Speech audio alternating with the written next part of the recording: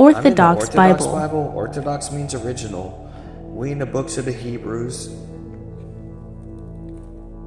chapter 9. The earthly sanctuary and liturgy, chapter 9, verse 1.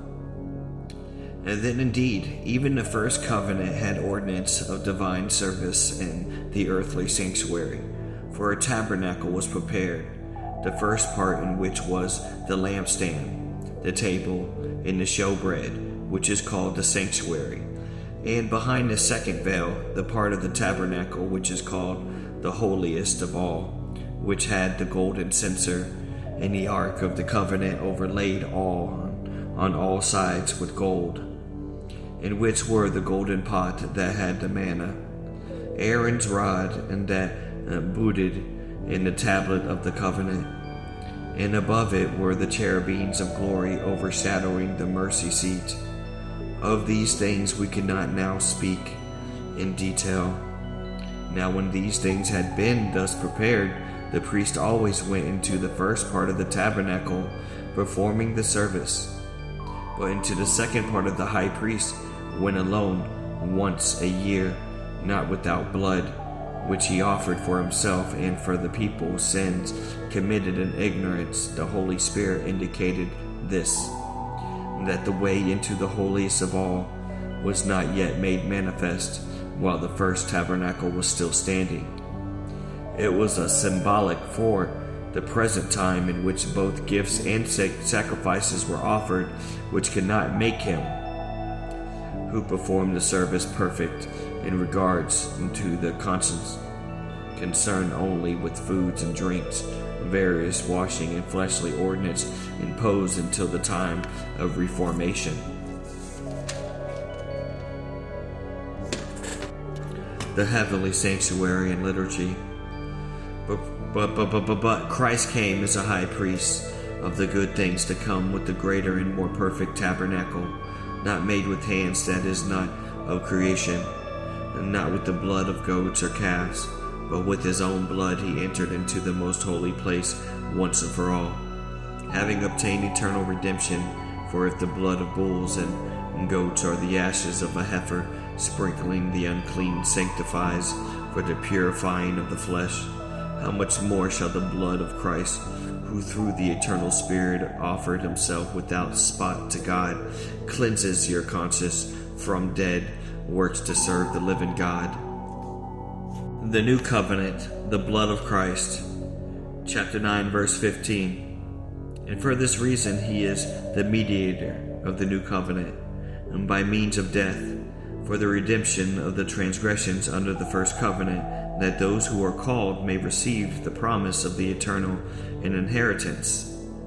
For where there is a testament, there must also a necessity to be the death of testators. For a testament is in force after men are dead, since it has no power at all while the testators live, and therefore not even the first covenant was dedicated without blood. For when Moses had spoken every precept to all the people according to the law, he took the blood of calves and goats, with water, scarlet wool, and hyssop, and sprinkled both the books itself and all the people, saying, This is the blood of the covenant which God has commanded you.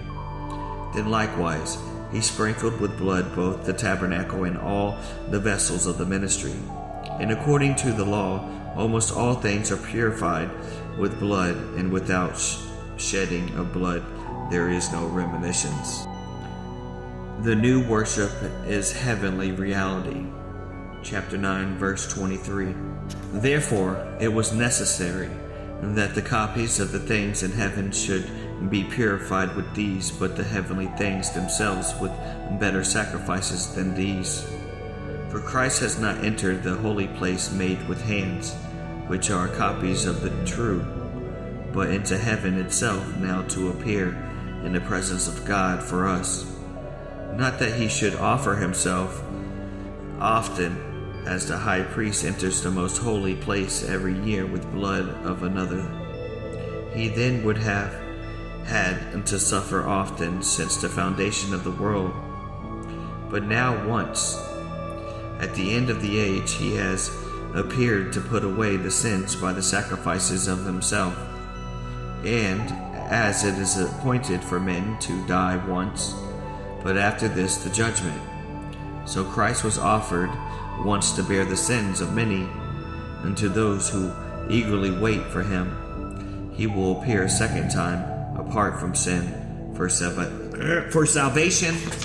Quick study, chapter 9, verse 1 through 7. A description of the Mosaic tabernacle, which prefigures the heavenly altar.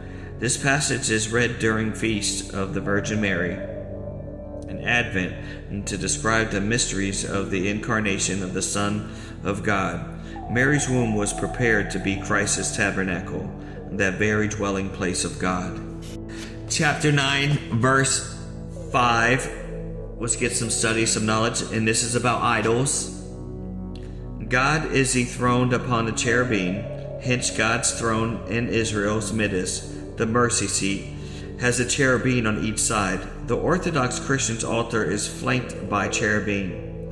These representations, along with the picture of the cherubims on the inner veil, and the beauty and detailed workmanship of everything made for the tabernacle, serve as the icons of the Old Testament. This and numerous other passages help put to rest the fear that the second commandment prohibits all imagery. God cannot be represented because divine nature is unknowable and hence cannot be depicted. However, when the Son becomes man, the human nature of God, the Son can be and is imaged.